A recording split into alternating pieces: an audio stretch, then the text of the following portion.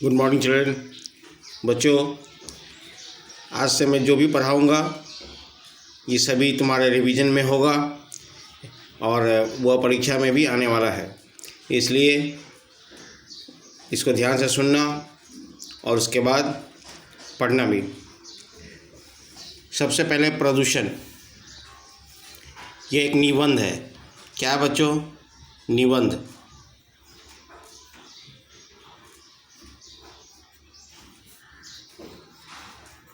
Revision for half yearly. ठीक है बच्चों, प्रदूषण दो प्र और दूषण सबसे बनता है। इसका अर्थ है विशेष प्रकार का दूषण, मतलब अशुद्धि, गंदगी। आजकल प्रदूषण शब्द हमें बहुत बार सुनने को मिलता है। प्रतिदिन तुम्हें अखबार में मिलेगा, टेलीविज़न में मिलेगा, या तुम्हारे घर के आसपास देखना धूल उड़ता हुआ मिलेगा, या तुम्हें दुर्गंध नाक में जाएगा, या ज़ोर ज़ोर से आवाज़ जो तुम्हें अच्छा नहीं लगेगा, परेशान करेगा तुम्हारे कान को, तुम्हें चिड़चिड़ापन कर देगा।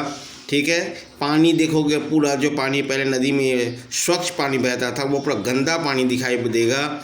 समझ गए? यही सब प्रदूषण है। मिट्टी का गंदा होना, जल का गंदा होना, पानी का गंदा होना, वायु का गंदा होना।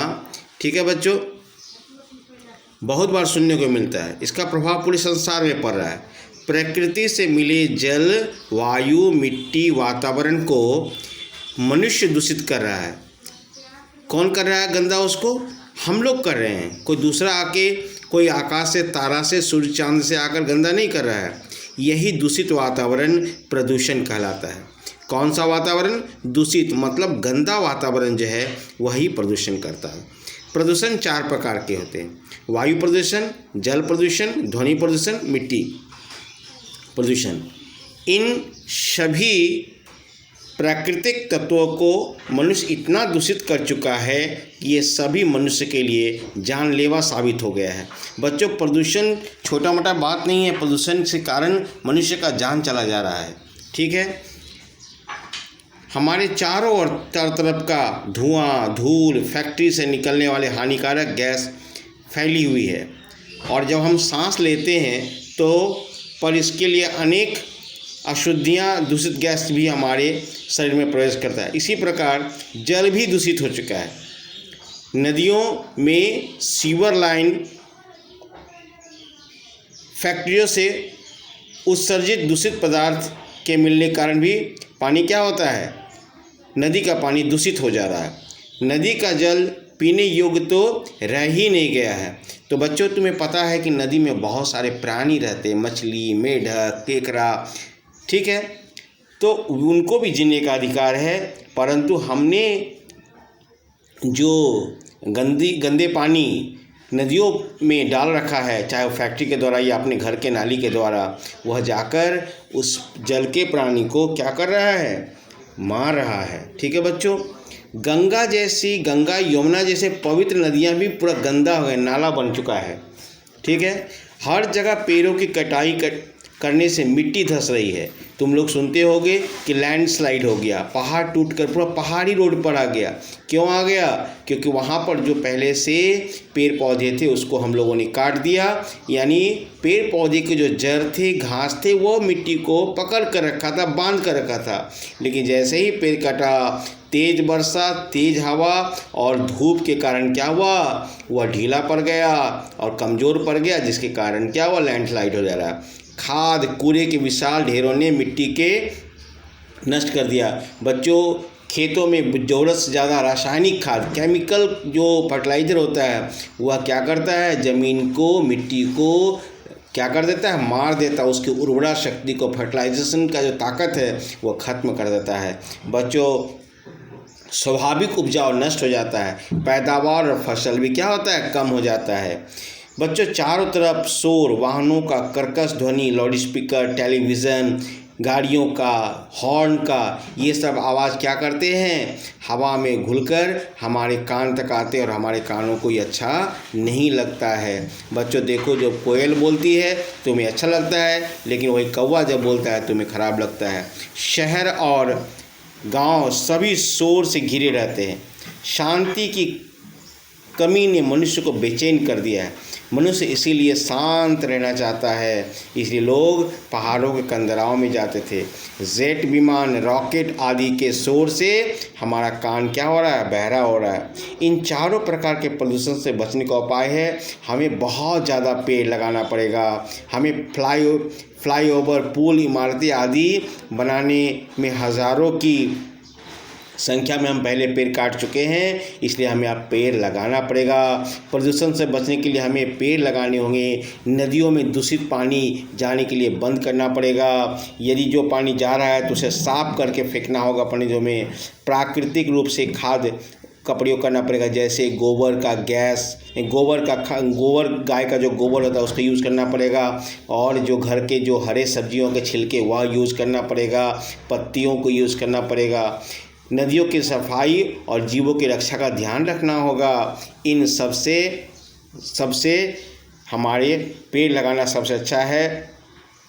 हमें अपनी धरती, अपने आकाश, अपने पर्यावरण को बचाने के लिए गंभीरता से प्रयास करना पड़ेगा और नदियों को साफ करके भारी तादाद में पेड़ लगाकर हम चाहे तो इस हमारा जो पृथ्वी जो हमें खाना देता है, अन्न देता है, जीने की शक्ति देता है, रहने का जगह देता है, इसको बचाना पड़ेगा। नहीं तो प्रदूषण ऐसे बढ़ते रहा तो एक दिन मनुष्य का सर्वनाश हो जाएगा, मानव सभ्यता खत्म हो जाएगी। ठीक है बच्चों, अब दूसरा जो 26 जनवरी जो है यह भी तुम्हारा हाफ ईयरली के लिए है।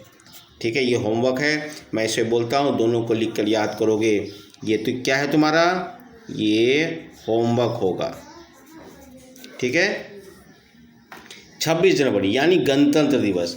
मालूम है बच्चों, हमारा देश जो है वह 15 अगस्त को आज़ाद हुआ था। किससे आज़ाद हुआ था, अंग्रेज़ों से। परंतु हमें एक देश को चलाने के लिए एक किताब चाहिए होता है। जैसे हमें हिंदू धर्म को चलाने के लिए रामायण, गीता, महाभारत लिखा हुआ है, क्योंकि उसमें जो नीति बात लिखा हुआ है उसके आधार पर हम पूजा पाठ, रहन सहन रखते हैं।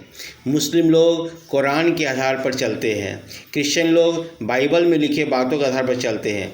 ठीक उसी तरह जहाँ पे हिंदू, मुस्लिम, सिख, ईसाई सब रहते हैं, तो सभी के लिए एक किताब की आवश्यकता थी। उस किताब का नाम था संविधान। क्या नाम था, संविधान, जिसमें क्या लिखा हुआ था, कानून लिखा हुआ था। क्या नाम है उस किताब का, संविधान। ठीक है, यह देश का किताब, इसमें क्या लिखा हुआ है, कानून, मन लॉ। ठीक है, उसमें हमें कैसे रहना है, कैसे चलना है, कैसे जीना है, कैसे लोगों को आगे बढ़ने देना है, सब के लिए उसमें लिखा हुआ है। मैं तुम्हें फिर 26 जनवरी पढ़ाता हूँ। प्रत्येक देश में अनेक त्यौहार और पर्व मनाए जाते हैं। इनमें से कुछ पर्व जो है राष्ट्रीय पर्व होते हैं। इन पर्वों को प्रत्येक व्यक्ति, चाहे वह किसी जाति, धर्म, संप्रदाय का हो, मिलकर मनाता है। भारत के राष्ट्रीय पर्वों में 15 अगस्त, 26 जनवरी और 2 अक्टूबर गांधी जी का जन्मदिन। 26 जनवरी बच्चों गणतंत्र दिवस के रूप में मनाया जाता है। तुम्हें मालूम है या नहीं मालूम है, हमारा देश आज से 2600 वर्ष पहले ही 2600 ईसा पूर्व, मतलब वैशाली एक जगह था, वहाँ 2600 ईसा पूर्व जो है हमारा देश पहले से ही क्या था, वहाँ पर पहले से ही गणतंत्र था। ठीक है, सैकड़ों वर्ष की गुलामी के बाद 15 अगस्त 1947 को हमारा देश आज़ाद हुआ। हमारा देश करीबन 1000 वर्ष गुलाम रह गया विदेशियों के हाथों में, कभी मुगलों के हाथों में, तो कभी हमारा देश अंग्रेज़ों, फ्रांसीसियों के हाथ में, पुर्तगालियों के हाथ में, डच के हाथों में। क्योंकि हम आपस में भारत के लोग लड़ते रहे जात, धर्म, भाषा के नाम पर, इसलिए हम पर रूल करने, शासन करने दूसरे देश का लोग आया। परंतु हमारा सौभाग्य है कि हमारे देश में बहुत सारे ऐसे लोग जन्मे, गांधी जी, भगत सिंह, डॉक्टर भीमराव अम्बेडकर, सुभाष चंद्र बोस, लाल बहादुर शास्त्री, नेहरू जी, सरदार वल्लभ भाई पटेल, बंकिम चंद्र चटर्जी, ऐसे हजारों स्वतंत्रता सेनानी थे जिन्होंने हमारे देश को क्या किया, अंग्रेज़ों से मुक्त किया, ठीक है। और फिर जो है हम लोगों ने 26 जनवरी को भारत के लिए एक संविधान का निर्माण किया, है ना। सैकड़ों वर्ष की गुलामी के बाद 15 अगस्त 1947 को हमारा देश आज़ाद हो गया, किंतु हमारे देश को प्रभुता संपन्न गणराज्य का दर्जा 26 जनवरी 1950 को मिला था। हमारा देश गणतंत्र कब हुआ था? ये 26 जनवरी 1950 को हमारे देश का संविधान लागू हुआ। डॉक्टर राजेंद्र प्रसाद भारत देश के प्रथम राष्ट्रपति बने। कौन बने सबसे पहले राष्ट्रपति? डॉक्टर राजेंद्र प्रसाद, ठीक है बच्चों। ऐसा कहा जाता है कि ये पढ़ने में बहुत तेज़ थे, जिसके कारण इनके कॉपी जो है जब चेक हुए थे तो कहा जाता है जो कॉपी जो चेक करने वाले टीचर थे उन्होंने कहा था examinee is better than examiner, यानी परीक्षार्थी जो है परीक्षक से भी ज़्यादा तेज है। और यह बात बचपन से सुनता आया हूँ, कई किताबों में मैं पढ़ा हूँ और यह सच भी है, इसलिए तो उन्हें भारत का पहला राष्ट्रपति बनाया गया। प्रत्येक वर्ष 26 जनवरी को हमारे देश में गणतंत्र दिवस धूमधाम से मनाया जाता है ना। किंतु देश की राजधानी दिल्ली में इसका विशेष आकर्षण है। राजपथ पर गणतंत्र दिवस का मुख्य परेड किया जाता है दिल्ली में। इस परेड में राष्ट्रपति को राजकीय सवारी निकलती है। जल थल वायु सेना के जो जितने भी हमारे सेना हैं वो विजय चौक पर राष्ट्रपति जी को सलामी देते हैं, ठीक है, गार्ड ऑफ ऑनर जिसको बोलते हैं। इसमें टैंकों, विमानों, अस्त्र शस्त्रों, भारत के जो विकास का जो पैमाना है वह दिखाया जाता है। बड़े बड़े जहाज, टैंक, परेड दिखाया जाता है। परेड में हर राज्य के सुंदर सुंदर झांकियाँ भी निकलती है। सभी राज्य अपने सांस्कृतिक मूल्यों को दिखाते हैं। ये झांकियाँ समाज के भिन्न भिन्न विषयों पर आधारित होती है। राज्यों से आए लोग नर्तक भी अपने नृत्य का प्रदर्शन करते हैं। सेना और पुलिस दल अपने अपने बैंड बजाते हैं। विद्यालय तथा कॉलेज में से आए छात्र पीटी और रंगारंग कार्यक्रम करते हैं। भारत के बहुत सारे स्कूलों से बच्चे जाते हैं वहाँ पर क्या करने के लिए? वहाँ पर कार्यक्रम दिखाने के लिए, सांस्कृतिक कार्यक्रम। कोई कथक डांस दिखाता है, कोई कुछ भी दिखाता है। लाखों की संख्या में जनसमूह पैरेड को देखने के लिए आते हैं और उस अवसर पर किसी न किसी देश का एक राष्ट्रपति या प्रधानमंत्री विशेष अतिथि के रूप में गेस्ट बनकर आता है। संध्या के समय सरकारी भवनों में रोशन किया जाता है। इस दिन राजकीय अवकाश होती है। हमारे देश में छुट्टी होती है। विद्यालयों में भी यह उत्साह के साथ, उल्लास के साथ मनाया जाता है। यह दिन प्रेरणा और प्रतिज्ञा का दिन है। प्रत्येक भारतवर्ष को अपने देश की एकता अखंडता को रक्षा करना चाहिए। परिश्रम और प्रयास से अपने देश को सुरक्षित रखना चाहिए। बच्चों, आपस के जो भेदभाव है उसको मिटाकर हमें हिंदू, मुस्लिम, सिख, ईसाई से भी ज़्यादा हमें एक भारतीय के रूप में अपने देश की रक्षा करना चाहिए। हमारे देश के रक्षा करना, हमारे देश को आज़ाद कराने वाले हमारे कौन हैं? वही तो हमारे पिता थे, हमारे दादा थे, हमारे परदादा थे, जिनमें से बहुत लोगों ने काल कोठरी में जीवन बर्बाद कर दिया। कितने लोगों को फांसी चढ़ा दिया गया, कितने लोगों को नदियों में फेंक दिया गया, कितने को पेड़ पर बांध के ही मार दिया गया अंग्रेज़ों के द्वारा। तो उन्होंने जो हमारे लिए त्याग किया था, अपने शरीर का त्याग किया था फांसी पर चढ़कर या गोली खाकर, तो बच्चों उस देश की रक्षा तो करना ही पड़ेगा हमें, ठीक है। Thank you, have a nice day.